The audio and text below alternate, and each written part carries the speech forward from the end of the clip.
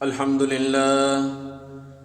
لله نحمده ونستعينه ونستغفره ونعوذ بالله من شرور أنفسنا.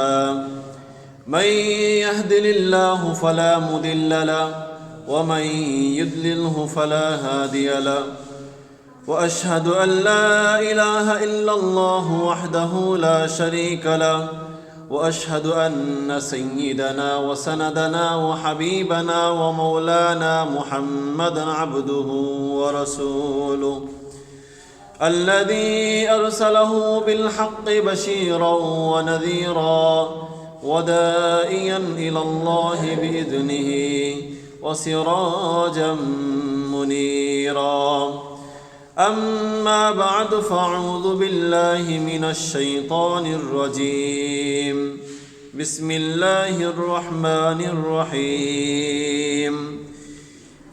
إن عدة الشهور عند الله 12 شهرا في كتاب الله يوم خلق السماوات والأرض منها 4 حرم ذلك الدين القيوم فلا تظلمون فيهن أنفسكم وقاتلوا المشركين كافة كما يقاتلونكم كافة واعلموا أن الله مع المتقين.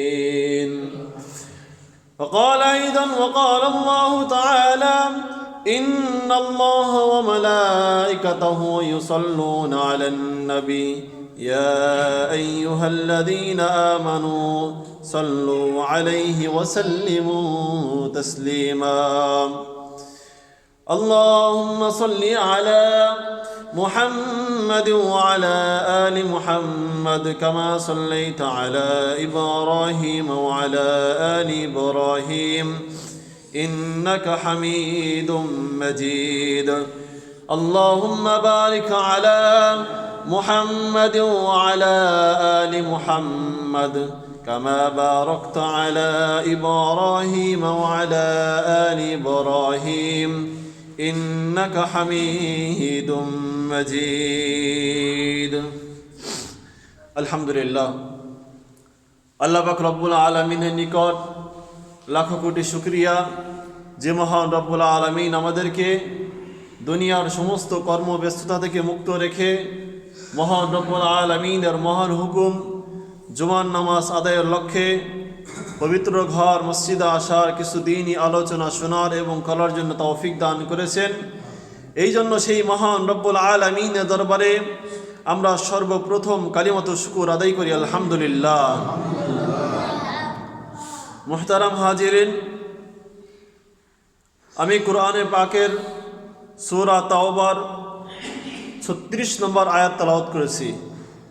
উক্ত আয়াতের ভিতরে আল্লাহ পাক রব্বুল আলামিন বলেছেন যে নিশ্চয়ই আমি এই দুনিয়া, আসমান, পৃথিবী, জমিন যা কিছু আছে সব কিছু যেদিন সৃষ্টি করেছি ওই দিন থেকে নিয়ে আমি 12টা মাস সৃষ্টি করেছি। কয়টা মাস? 12টা মাস। আর এই 12টা মাসের মধ্যে 4টা মাস আছে যে 4টা মাস মর্যাদাপূর্ণ অর্থাৎ অধিক সম্মানিত। রমজান মাসের পরে 4টা মাসকে সম্মানিত করেছেন। আর সেই সম্মানিত মাসগুলোর মধ্য থেকে একটি মাস হলো রজব মাস। একটি মাস রজব মাস। আরবি মাস 12টি, এর ভিতরে 1 নম্বর হলো মুহররম, সফর, রবিউল আউয়াল, রবিউল সানি, জমাদিউল আউয়াল, জমাদিউল সানি, রজব, শাবান, রমজান, জিলকদ, জিলহজ। এই হলো 12টা মাস। এই 12টা মাসের মধ্যে আল্লাহ পাক রব্বুল আলামিন বলতেছেন যে আমি 4টা মাসকে অগ্রাধিকার দিয়েছি। 4টা মাস হলো মর্যাদাপূর্ণ। এর মধ্যে 1 নম্বর মাস হলো মুহররম মাস। 1 নম্বর মাস মুহররম। 2 নম্বর হলো জিলকদ, 3 নম্বর হলো জিলহজ, 4 নম্বর হলো রজব মাস। সেই রজব মাস এখন চলতেছে। আজকে রজব মাসের 9 তারিখ। এই রজব মাসকে উল্লেখ করার কারণ হলো এই রজব মাসে বিশেষ কিছু আমলের কথা বিশ্বনবী সাল্লাল্লাহু আলাইহি ওয়াসাল্লাম বলেছেন। বিশেষ একটি দোয়ার কথা বলেছেন। কি দোয়া? বিশ্বনবী সাল্লাল্লাহু আলাইহি ওয়াসাল্লাম যতদিন জীবিত ছিলেন তিনি ততদিন একটা দোয়া পড়তেন। কি দোয়া? আল্লাহুম্মা বারিক লানা ফি রজব ওয়া শাবান ওয়া বাল্লিগনা রমাদান।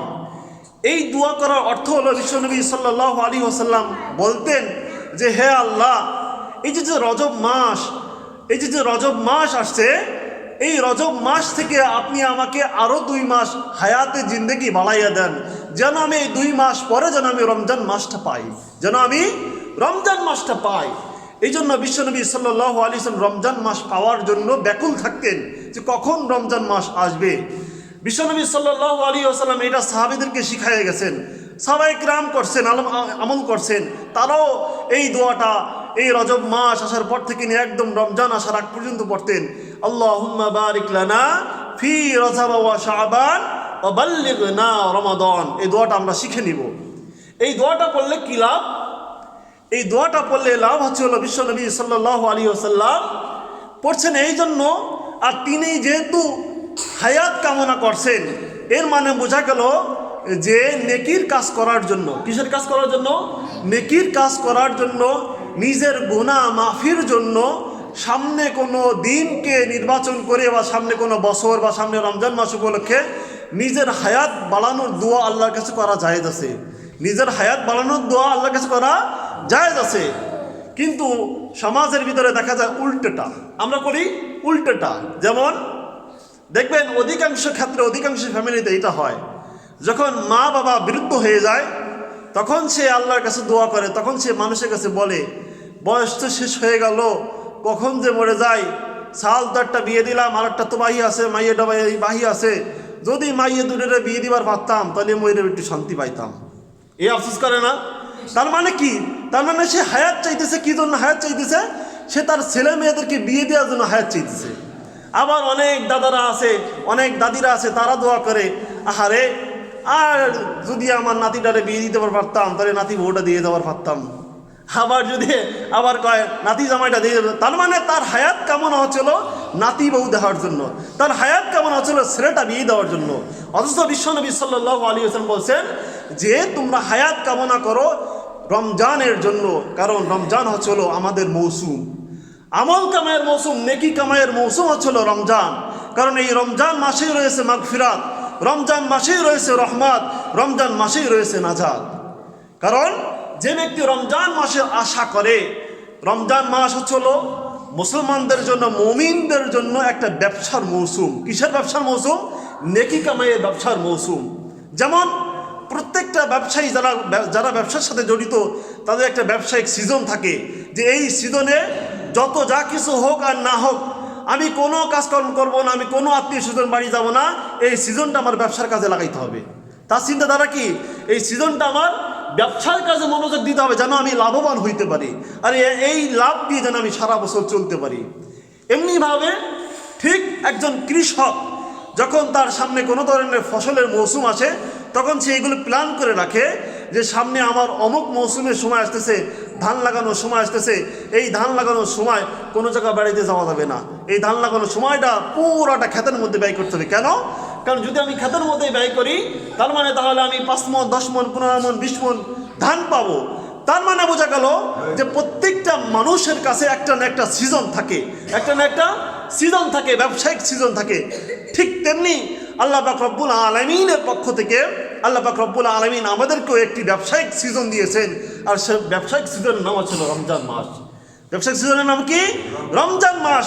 কারণ রমজান মাস হচ্ছে হলো গুনাহ মাফির মাস, রমজান মাস হচ্ছে হলো আমলের মাস। রমজান মাসে যদি কোনো ব্যক্তি একটা আমল করে, একটা নেকির কাজ করে, আল্লাহ পাক রব্বুল আলামিন এই একটা নেকিতে 1 থেকে বাড়াইয়া 70 গুণ পর্যন্ত বাড়াইয়া দেন। সুবহানাল্লাহ। এই জন্য বিশ্বনবী সাল্লাল্লাহু আলাইহি ওয়াসাল্লাম রজব মাস আসার সাথে সাথেই তিনি একটা দোয়া পড়তেন। তিনি বলতেন আল্লাহুম্মা বারিক লানা ফি রজব ওয়া শাবান ওয়া বাল্লিগনা রমাদান। বিশ্বনবী সাল্লাল্লাহু আলাইহি ওয়াসাল্লাম হায়াতে জিন্দেগি কামনা করতেন।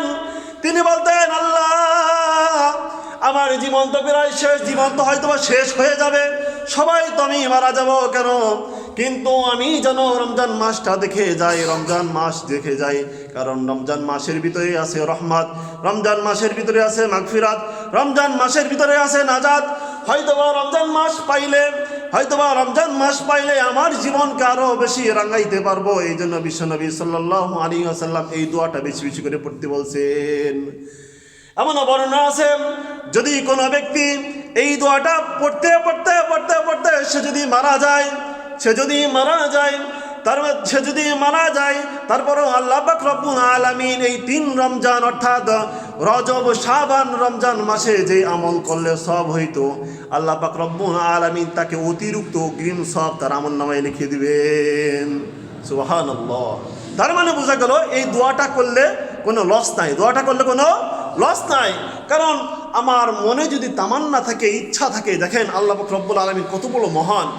আপনার মনে শুধু ইচ্ছা, আপনি শুধু দোয়াটা করছেন, এই দোয়া করার কারণে কি হয়েছে যে আপনি রমজান পান নাই, রমজানের আমল করতে পারেন নাই, আপনি শাবান পান নাই, কিন্তু এই দোয়াটা করার কারণে কি হয়েছে যে আপনি যদি মৃত্যুবরণ করলে এই শাবান মাসে, এই রমজান মাসে যত আমল করলে আপনি হইতো, সেই আমল অগ্রিম আপনার আমলনামায় দান করেন।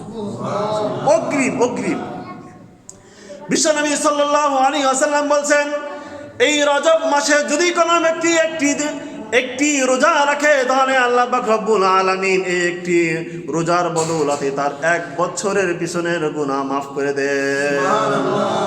সুবহানাল্লাহ। এই জন্য এই রজব মাসকে বলা হয়েছে আমলের মাস। কিসের মাস? আমলের মাস। এতদিন পর্যন্ত যা কিছু করছি না করছি, এখন থেকে ধীরে ধীরে আমাদের আমলের সংখ্যা বাড়াইতে হবে, যেন আমি রজব মাস থেকে আমল করতে করতে যেন শাবানে পৌঁছাইতে পারি, শাবানের আমল করতে করতে যেন আরো একটু বৃদ্ধি করে যেন আমি রমজান মাসে একটু আরো বেশি করে আমল করতে পারি। এই জন্য সেই টার্গেট আমাদের করতে হবে। যদি আমরা টার্গেট না করি তাহলে কোনো কিছুতেই সফল হওয়া যায় না। এই জন্য আমাদের এই টার্গেট পূরণ করতে হবে। বিশ্বনবী সাল্লাল্লাহু আলাইহি ওয়াসাল্লাম রমজানের তাগাদা দিয়েছেন, রমজানের কথা বারবার বলেছেন এই রজব মাসে। এমনকি আল্লাহ পাক রব্বুল আলামিন 4টা মাসের কথা বলেছেন, মুহররম, জিলকদ, জিলহজ এবং এই রজব মাসের কথা বলেছেন। বিশ্বনবী সাল্লাল্লাহু আলাইহি ওয়াসাল্লাম বলেছেন, এই মর্যাদাপূর্ণ মাসে তোমরা যুদ্ধ করবে না, তোমরা যুদ্ধ অভিজ্ঞ হয়ে জ্বালাবে না, তোমরা মারামারি কাটাকাটি হানাহানি করবে না, কারণ এই 4টা মাস হচ্ছে আল্লাহর কাছে মর্যাদাপূর্ণ মাস। এই মাসে যুদ্ধ বিগ্রহ করা, মারামারি কাটাকাটি করা হচ্ছে হলো হারাম। কিন্তু এই 4 মাস না, সব সময়ের জন্য যুদ্ধ করা, মারামারি করা, ভাই ভাই কাটাকাটি করা, গাঞ্জা ফাসাদ সব সময়ের জন্য হারাম। কিন্তু বিশেষ করে আল্লাহ পাক রব্বুল আলামিন এই 4টা মাসের কথা উল্লেখ করেছেন। যুদ্ধ বিগ্রহ তো সব সময় হারাম, সব সময় নিজেদের মধ্যে মুসলমান দ্বন্দ্ব করা, মুসলমান ঝগড়া ফাসাদ করা, এগুলো তো এমনিতেই হারাম সব সময়ের জন্য। কিন্তু আল্লাহ পাক রব্বুল আলামিন বিশেষ করে 4টা মাসকে তিনি ক্রস দিয়ে দিয়েছেন, 4টা মাসে তোমরা বিশেষ করে এই মাসগুলোতে তোমরা যুদ্ধ বিগ্রহ করবে না। সেই 4টা মাসের মধ্যে একটা মাস হচ্ছিল রজব মাস। সেই মাস এখন চলতেছে, এখন রানিং মাস, অর্থাৎ রজব মাসের আজকে 9 তারিখ চলে গেল, আর মাত্র কয়েকদিন আছে, আর মাত্র হয়তো বা 1 থেকে 1.5 মাস আছে হচ্ছিল রমজান মাস। এই জন্য রমজান মাসের পূর্বেই আমাদের প্রস্তুতি গ্রহণ করতে হবে। আরেকটা দিক থেকে হলো বিখ্যাত, এই মাসেই বিশ্বনবী সাল্লাল্লাহু আলাইহি ওয়াসাল্লামকে আল্লাহ পাক রব্বুল আলামিন আসমান জমিন 7 আসমান 7 তবক সব কিছু আল্লাহ পাক রব্বুল আলামিন ভ্রমণ করাইছিলেন। অর্থাৎ মিরাজ এই মাসেই সংগঠিত হয়েছিল। আপনারা মিরাজ জানেন না? বিশ্বনবী সাল্লাল্লাহু আলাইহি ওয়াসাল্লাম মিরাজে গিয়েছিলেন, এই কথা কি আপনারা জানেন? এই মাসেই তিনি মিরাজে গিয়েছিলেন। বিশ্বনবী সাল্লাল্লাহু আলাইহি ওয়াসাল্লামের নবুয়তের 10 বছর যখন হলো, বিশ্বনবী সাল্লাল্লাহু আলাইহি ওয়াসাল্লাম অর্থাৎ 40 বছর বয়সে তিনি নবুয়ত প্রাপ্তি হয়েছিলেন। 50 বছর বয়স যখন হলো, তিনাকে এই আরবের কাফেররা 3 বছর পর্যন্ত বিশ্বনবী সাল্লাল্লাহু আলাইহি ওয়াসাল্লামকে বন্দী করে রেখেছিল, একঘরে করে রেখেছিল। এই কাফের বেঈমানরা যখন বিশ্বনবী সাল্লাল্লাহু আলাইহি ওয়াসাল্লাম বেঈমানদের এই কারাগার থেকে যখন তিনি মুক্তি পেলেন, 3 বছর পরে তিনি যখন স্বাধীনভাবে চলাফেরা করতে লাগলেন, তখন এই 3 বছর পরে বিশ্বনবী সাল্লাল্লাহু আলাইহি ওয়াসাল্লামের সবচেয়ে কাছের চাচা যান আবু তালেব ইন্তেকাল করেন। কে ইন্তেকাল করে? আবু তালেব ইন্তেকাল করে। এত নির্যাতন চলতেছে, এর ভিতরে বিশ্বনবী সাল্লাল্লাহু আলাইহি ওয়াসাল্লাম চাচা মারা গেছেন, যিনি সব সময় সব বিপদ থেকে আগলে রাখতেন, সেই চাচা হঠাৎ করে মারা গেলেন। এই চাচা মৃত্যুর বরণ করার পরে মাত্র 5 দিনের মাথায় তার সবচেয়ে প্রিয়তম স্ত্রী হযরতে খাদিজাতুল কুবরা রাদিয়াল্লাহু তাআলা তিনিও ইন্তেকাল করলেন। আহা, মানে একের পর এক কষ্ট, একে তো 3 বছর তিনি বন্দী ছিলেন, তাকে নির্যাতন করা হয়েছে বিশ্বনবী সাল্লাল্লাহু আলাইহি ওয়াসাল্লামকে। এই নির্যাতন করার পরে তিনার চাচা মারা গেলেন। এর 5 দিন পরে তিনার খাদিজাতুল কুবরা রাদিয়াল্লাহু তাআলা তিনিও মারা গেলেন, মাত্র 5 দিন পরে। তখন আর তার দুনিয়াতে তার পাশে দাঁড়ানোর মতো আর কেউ রইল না, একেবারে এতিম, একেবারে। তখন বিশ্বনবী সাল্লাল্লাহু আলাইহি ওয়াসাল্লাম কালিমার দাওয়াত দেওয়ার জন্য তায়েফে গমন করলেন। তায়েফে 1.5 মাস পর্যন্ত বিশ্বনবী সাল্লাল্লাহু আলাইহি ওয়াসাল্লাম ইসলামের দাওয়াত দিয়েছে, কালিমার দাওয়াত দিয়েছে। কিন্তু 1.5 মাস দাওয়াত দেওয়ার ফলে কি হয়েছে? একজন লোকও কালিমা গ্রহণ করে নাই। নাউযুবিল্লাহ, একজন লোকও কালিমা গ্রহণ করে নাই। উল্টো কি করেছে? বিশ্বনবী সাল্লাল্লাহু আলাইহি ওয়াসাল্লাম একদিন তার বিবির সাথে বসে গল্প করতেছিলেন, হযরত আয়েশা সিদ্দিকা রাদিয়াল্লাহু তাআলা আনহার সাথে। তখন বিশ্বনবী সাল্লাল্লাহু আলাইহি ওয়াসাল্লামের পিঠে এরকম আয়েশা হাত দিয়েছেন। তখন হাত দেওয়ার পরে দেখলেন গোটা গোটা হয়ে গিয়েছে, পুরা পিঠ বিশ্বনবী সাল্লাল্লাহু আলাইহি ওয়াসাল্লামের গোটা গোটা। তখন বিশ্বনবী সাল্লাল্লাহু আলাইহি ওয়াসাল্লামকে আয়েশা রাদিয়াল্লাহু তাআলা আনহা জিজ্ঞেস করলেন, ইয়া রাসূলুল্লাহ, ইয়া হাবিবাল্লাহ, আপনার পিঠের মধ্যে এমন গোটা গোটা কেন? আপনার কি ছোট সময় বসন্ত উঠেছিল কিনা? তখন বিশ্বনবী সাল্লাল্লাহু আলাইহি ওয়াসাল্লাম বললেন, হে আয়েশা, তুমি কি বলো আমার পিঠে কেন বসন্ত উঠবে? আমার পিঠে তো, আমার শরীরে তো একটা মশা কি মাছি কোনো কিছুই আঘাত করতে পারে না, কোনো কিছুই পড়ে না। এমনকি আমি যখন আমার মুখ থেকে থুতু বের করি, এই থুতুকে আমার ঘাম থেকে এই সাহাবীরা সংগ্রহ করে তারা আতর হিসেবে ব্যবহার করে। তার মানে আমার পুরো শরীর থেকে যা কিছু বের হয় সব কিছু সুঘ্রাণ মিষ্ক আম্বারের চাইতে বেশি ঘ্রাণ হয়ে যায়। সুবহানাল্লাহ, সুবহানাল্লাহ। কারণ বিশ্বনবী সাল্লাল্লাহু আলাইহি ওয়াসাল্লামের যে গায়ের যে ঘাম ছিল, সেই ঘামকে সাহাবীরা আতর হিসেবে ব্যবহার করতেন, আতর হিসেবে। এমনকি বিশ্বনবী সাল্লাল্লাহু আলাইহি ওয়াসাল্লাম যতদিন পর্যন্ত জীবিত ছিলেন ততদিন পর্যন্ত পেশাব পায়খানা যেখানেই করতেন, সেখানে করার সাথে সাথে এই জমিনে গিলে ফেলতো, অর্থাৎ জমিনে 1 সেকেন্ডও রাখতো না। পেশাব পায়খানা করার সাথে সাথে জমিন সেটা চুষে সব শেষ করে ফেলতো। আমার পিঠে কিভাবে আমার পিঠে বসন্ত উঠবে? বিশ্বনবী সাল্লাল্লাহু আলাইহি ওয়াসাল্লামের স্ত্রী আয়েশা সিদ্দিকা রাদিয়াল্লাহু তাআলা আনহা তিনি কৌতূহলবশত জিজ্ঞাসা করলেন, তাহলে আপনার পিঠের অবস্থা এমন কেন? তখন বিশ্বনবী সাল্লাল্লাহু আলাইহি ওয়াসাল্লাম তিনি বললেন যে আমি তায়েফে গিয়েছিলাম 1.5 মাস পর্যন্ত আমি তায়েফে কালিমার দাওয়াত দিয়েছি, তারা তো কালিমা গ্রহণ করেই নাই।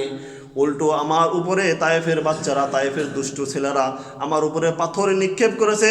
এই পাথরের আঘাতের কারণে আমার পিঠগুলো ক্ষতবিক্ষত হয়ে গিয়েছে, চালনির মতো ঝাঁঝরা হয়ে গিয়েছে। বিশ্বনবী সাল্লাল্লাহু আলাইহি ওয়াসাল্লাম কিয়ামতের ওই কঠিন ময়দানে যখন আমরা সাফায়াতের জন্য ঘুরব, তখন বিশ্বনবী সাল্লাল্লাহু আলাইহি ওয়াসাল্লাম তার পিঠকে খুলে আমাদেরকে দেখাবেন। তিনি বলবেন, দেখো আমি ইসলাম প্রচার করার জন্য, আমি আল্লাহর কালিমার দাওয়াত পৌঁছে দেওয়ার জন্য আমি কত আঘাতের সম্মুখীন হয়েছি। দেখো আমার পিঠ কি হয়ে গিয়েছে, চালনির মতো ছিদ্র হয়ে গিয়েছে।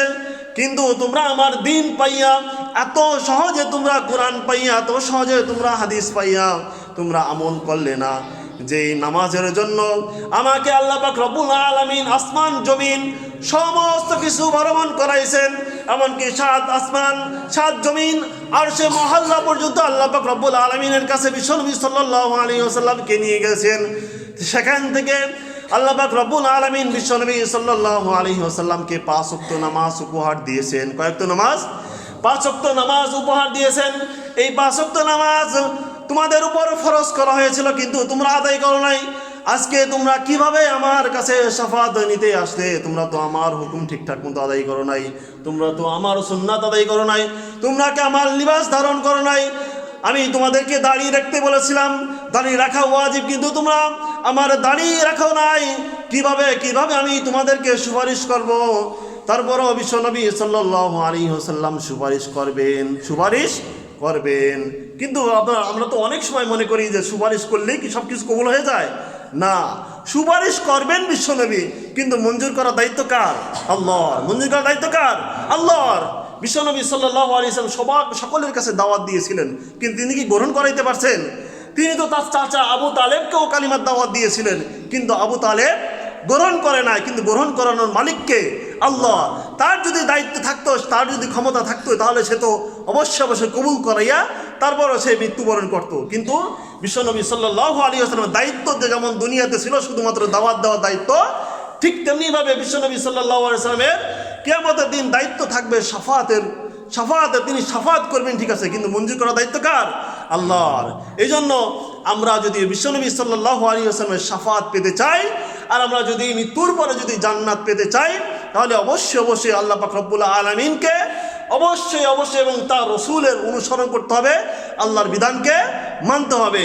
যাই হোক, আল্লাহ পাক রব্বুল আলামিন আমাদেরকে যা কিছু বললাম, এই যে রজব মাস চলতেছে, রজব, শাবান, সামনে রমজান মাস আসতেছে, রমজান মাস উপলক্ষে আমাদের আমলের সংখ্যা যেন আমরা বাড়াইতে পারি, সে তৌফিক দান করুন। আল্লাহ পাক রব্বুল আলামিন আমাদেরকে রমজান আসার আগেই যেন আমরা পূর্ণ প্রস্তুতি গ্রহণ করতে পারি, সে তৌফিক দান করুন। ওয়া আখির দাওয়ানা আলহামদুলিল্লাহি রাব্বিল আলামিন। যারা সুন্নাত পড়েন তারা সুন্নাত পড়েন।